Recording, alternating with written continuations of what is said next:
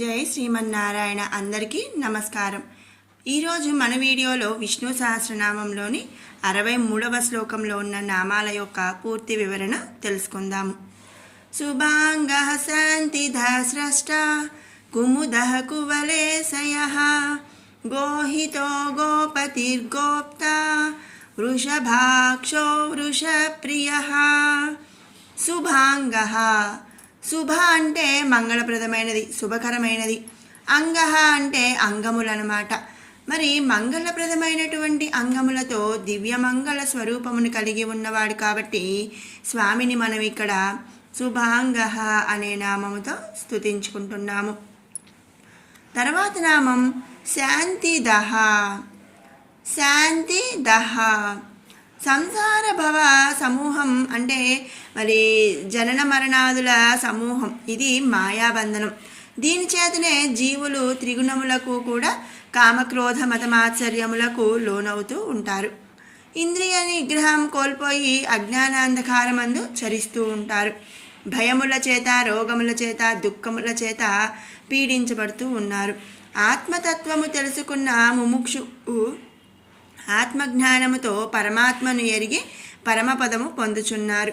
త్రిగుణ శుద్ధిగా పరమాత్మను సేవించు భక్తులకు మాయాబంధనముల నుండి విముక్తులను చేసి శాశ్వతమైనటువంటి శాంతిని ప్రసాదిస్తున్నాడు శ్రీమన్నారాయణుడు అన్నమాట. అందుకనే స్వామిని మనం ఇక్కడ శాంతిదః అనే నామంతో స్తుతించుకుంటున్నాము. తర్వాత నామం స్రష్ట. మహాప్రళయమందు ఈ సమస్త జీవులు కూడా తమ తమ కర్మలను మూట కట్టుకొని పరమాత్ముడినందు లీనమైపోతాయి. వాటి కర్మానుసారముగా మరి పాపపుణ్యములను వాటికి ప్రసాదించి కర్మక్షయం అనేది చేస్తాడు శ్రీమన్నారాయణుడు. పరమాత్ముడు పాపఫలము చేత కర్మలు క్షయం కాని జీవులకు తిరిగి మళ్ళీ ఉత్తర జన్మలను ప్రసాదిస్తూ ఉంటాడు. కర్మ ఫలానుసారం 84 కోట్ల జీవరాశులందు కూడా ఏదో ఒక జాతి అందు ఆ జీవి మరల పుడుతుందన్నమాట. పుణ్యఫలము ఉన్న జీవులకు పరమాత్ముని యొక్క సాయుధ్యం అనేది లభిస్తుంది. పుణ్య పాప ఫలములు సమానంగా గల జీవులకు కూడా మళ్ళీ తిరిగి ఉత్తర జన్మను ప్రసాదిస్తాడు శ్రీమన్నారాయణుడు. గత జన్మల పుణ్యకర్మల ఫలితముగా ఉత్తర జన్మనందు సకల కోరికలు సంప్రాప్తింపజేస్తాడు.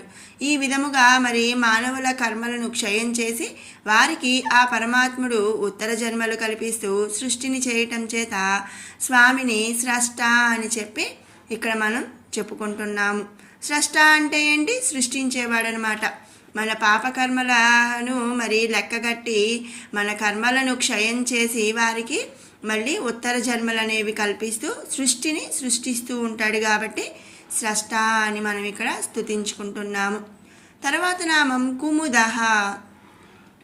తను సృష్టించిన జీవులు ఈ మాయా ఆవరణ కలిగినటువంటి ప్రకృతి నందు కర్మఫలములను అనుభవించుట చూసి వినోదించేవాడనమాట.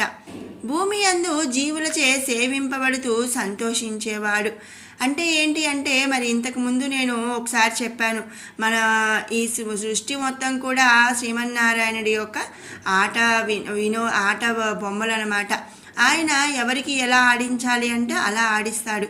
అలాగే మరి వారికి దారి అయితే చూపిస్తాడు. కానీ వాళ్ళు ఆ మంచి దారిలో ధర్మము ఎరిగి నడవటం అనేది మరి వాళ్ళ యొక్క గత జన్మల కర్మఫలం కూడా ఉంటుందన్నమాట. కాబట్టి మరి స్వామి మనం అనుభవించే కర్మఫలములను చూసి వినోదిస్తూ సంతోషిస్తూ అలాగే ఇక్కడ ఉన్న జీవులచే సేవింపబడుతూ సంతోషించేవాడు కాబట్టి స్వామిని మనం కుముదః అనే నామముతో స్తుతించుకుంటున్నాము. తర్వాత నామం కువలేశయః. స్రష్టానామం మనం స్రష్ట అని చెప్పుకున్నాం, సృష్టిస్తున్నాడు కాబట్టి.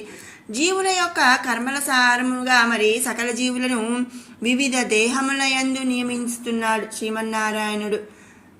అంటే ఏంటి అంటే మరి మనం పాపం బాగా ఎక్కువగా ఉందనుకోండి, నీచ యోనులందు మనకి జన్మను ఇచ్చి మన జీవితం కూడా నీచంగా ఉండేలాగా మరి ఆ కష్టాలు అవన్నీ ఉండేలాగా వివిధ దేహాలందు మరి నియమిస్తాడనమాట. అదే మనం పుణ్యం అనేది మనకు ఉందనుకోండి, మంచి యోనులందు పుట్టించటం, అలాగే మరి మనకు మంచిగా ఉండటం, సంతోషంగా మరి ఎలాంటి బాధలు అనేవి లేకుండా ఉండటం, ఇలా మరి వివిధ రకాలుగా ఉంటాయన్నమాట. మరి ఇవన్నీ కూడా ఏంటండి, మన కర్మల సారానుసారము మరి సకల జీవులను అందరినీ కూడా అనేక రకాల వివిధ దేహాలందు నియమించేవాడనమాట. మన కర్మల అనుసారము మనం ఏ ఏ దేహాల్లో ఉండాలి, ఎలా ఉండాలి అని స్వామి మన ఆత్మలను మరి నియమిస్తూ ఉంటాడు. అందుకనే స్వామిని ఇక్కడ కువలేశయ అనే నామంతో స్తుతించుకుంటున్నాము. తర్వాత నామం గోహిత.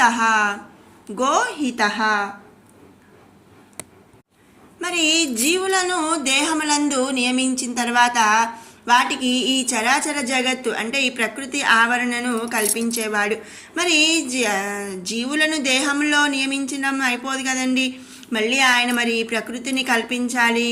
ప్రకృతిలో మాయా స్వరూపమును మరి దాని ప్రేరణ చేత జీవుల కర్మను ఇవన్నీ కూడా మళ్ళీ ఆయన సృష్టించాలన్నమాట. ఈ ప్రకృతియే మాయా స్వరూపం, దీని ప్రేరణ చేతనే జీవులు కర్మలను ఆచరిస్తున్నాయి. ఇంద్రియములు వికారములను మరి లోనగుచున్నాయన్నమాట. అందుకనే మరి గోహిత అనే నామంతో స్వామిని ఇక్కడ స్తుతించుకుంటున్నాము. తర్వాత నామం గోపతి. బ్రహ్మాది మొదలగు దేవతలకు అధికారములను ఆజ్ఞలను ఇచ్చినటువంటి శ్రీ మహావిష్ణువే ఇంద్రలోకమైన స్వర్గమునకు నిజమైన అధిపతి అన్నమాట. శ్రీ మహావిష్ణువును సేవించుటచే స్వర్గమోక్షం అనేది సంప్రాప్తిస్తుంది.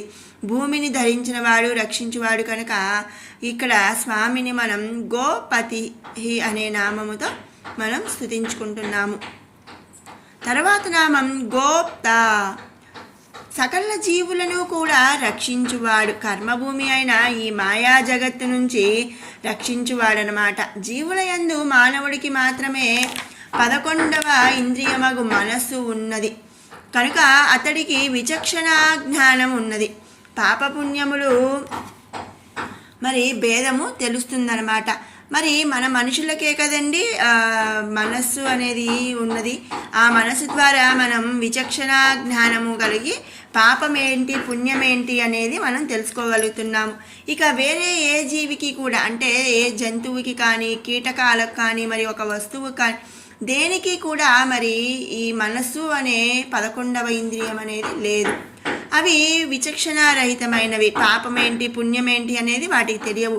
ఒక పులి ఉంది లేదా ఒక సింహము లేదా ఒక ఆవు, ఇవన్నీ కూడా పాపపుణ్యాలు అనేవి వాటికి తెలియవు అన్నమాట. ఎందుకంటే వాటికి మనిషికి మరి జంతువులకి తేడా ఏంటండి, 11వ ఇంద్రియమగు మనసు అనేది ఉండటం. కర్మఫలం పొందుతూ కర్మలు చేయువారిని రక్షించేవాడు శ్రీమన్నారాయణుడు అనమాట. మనం ఎంతో అదృష్టం చేసుకుంటేనే మరి మానవ జన్మ అనేది కలుగుతుంది అని కూడా మన పెద్దలు చెప్తూ ఉంటారు. మరి ఎందుకండి మనకు మాత్రమే మనసు అనేది ఉంది, పాప పుణ్యాల భేదము తెలుస్తుంది, అలాగే విచక్షణ జ్ఞానము కలిగి ఉంటాము. కాబట్టి మనం జంతువులలాగా మరి పాపపుణ్యాల భేదం లేకుండా ఏవో పనులు చేయకుండా ఆ శ్రీమన్నారాయణుడిని మరి సేవించాలి అని చెప్తూ ఉంటారు. అందుకనే మరి ఇక్కడ కర్మఫలం పొందుతూ కర్మలు చేయు వారిని రక్షిస్తున్నాడు కాబట్టి శ్రీమన్నారాయణుడిని ఇక్కడ గోప్త అనే నామముతో స్తుతించుకుంటున్నాము. తర్వాత నామం వృషభాక్ష. వృషభాక్ష అంటే ధర్మము నేత్రములుగా కలవాడు అని చెప్పి అర్థం అన్నమాట. వృషభ అంటే ధర్మము, అక్ష అంటే నేత్రములు. జీవుల సంసార రథమునకు ధర్మమును చక్రముగా చేసి తిప్పుతూ ఉంటాడు. పరమాత్ముడు ధర్మమును ఉద్ధరింపచేయుట చేత భక్తులను తరింపచేస్తూ ఉంటాడు. భక్తులపై అపారమైన కృపాకటాక్షములను ప్రసరింపజేసి ఆ పరమేశ్వరుడే ఇక్కడ వృషభాక్ష అని చెప్పబడుతున్నాడు. తర్వాత నామం వృషప్రియ. సకల ధర్మములందు కూడా ప్రియ ఇష్టము కలిగినటువంటి వాడు. తన భక్తుల మనసునందు భక్తులు కాని వారి మనసులందు కూడా మరి ఉద్ధరిస్తాడు. మనం ఇంతకుముందు నామాల్లో కూడా చెప్పుకున్నాము, అందరిలో కూడా అంతర్యామిగా ఉండేది శ్రీమన్నారాయణుడే. అంటే ఏంటి, తన భక్తులైనా సరే భక్తులు కాని వాళ్ళైనా సరే ఎవరిలో అయినా సరే అంతర్యామిగా ఉండేది శ్రీమన్నారాయణుడే అనమాట. ధర్మములు 2 రకములు, ప్రవృత్తి నివృత్తి ధర్మము. ప్రవృత్తి ధర్మమందు సత్కార్యములు యజ్ఞము చేసి లేదా ఏ రకంగా భక్తితో ఆరాధించినా సరే అది పరమాత్ముడిని చేరుతుంది. ఇక నివృత్తి ధర్మము అంటే ఆత్మయే పరమాత్మ అన్న జ్ఞానభావన కలిగి పరమపదము చేరుతాడనమాట. ఈ రెండు ధర్మములందు కూడా పరమాత్ముడు ప్రియం కలిగి ఉంటాడు, అంటే ఇష్టం కలిగి ఉంటాడు. అందుకనే మరి సకల ధర్మములందు ఇష్టం కలిగిన వాడు కాబట్టి స్వామిని మనం ఇక్కడ వృషప్రియ అనే నామముతో స్తుతించుకుంటున్నాము. ఇది 63వ శ్లోకంలో ఉన్న నామాల యొక్క పూర్తి వివరణ. ఇప్పుడు మనం 61వ శ్లోకం నుంచి 70వ శ్లోకం వరకు కూడా ఒక్కసారి పారాయణ చేసుకుందాం.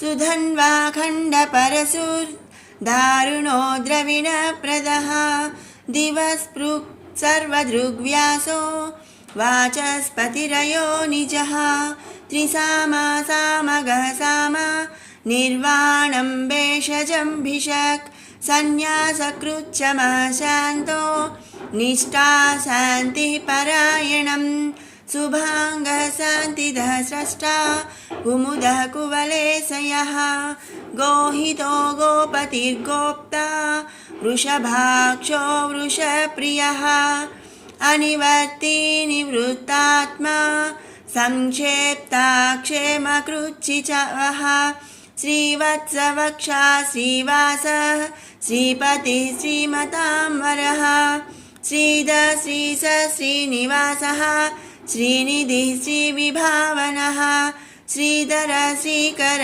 శ్రేయః శ్రీమాన్ లోకత్రయాశ్రయః స్వక్షస్వంగ సతానందో నందిర్జ్యోతిర్గణేశ్వరః విజితాత్మా విధేయాత్మా సత్కీర్తిశ్చిన్న సంశయః ఉదీర్ణ సర్వతశ్చక్షుః అనీశ శాశ్వతస్థిరః భూషయో భూషణో భూతిర్ విశోకాః శోకనాశనః అర్చిష్మానర్చితః కుంభో విశుద్ధాత్మా విశోధనః అనిరుద్ధో ప్రతిరతః ప్రద్యుమ్నోమిత విక్రమః కాలనేమినిః వీరః శౌరిః శూరజనేశ్వరః త్రిలోకాత్మా త్రిలోకేశః కేశవః కేశిః హరిః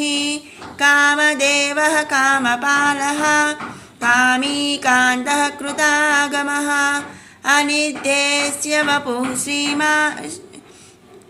అనిర్దేశ్య వపుర్విష్ణుర్ వీరోऽనంతో ధనుంజయః. జై శ్రీమన్నారాయణ.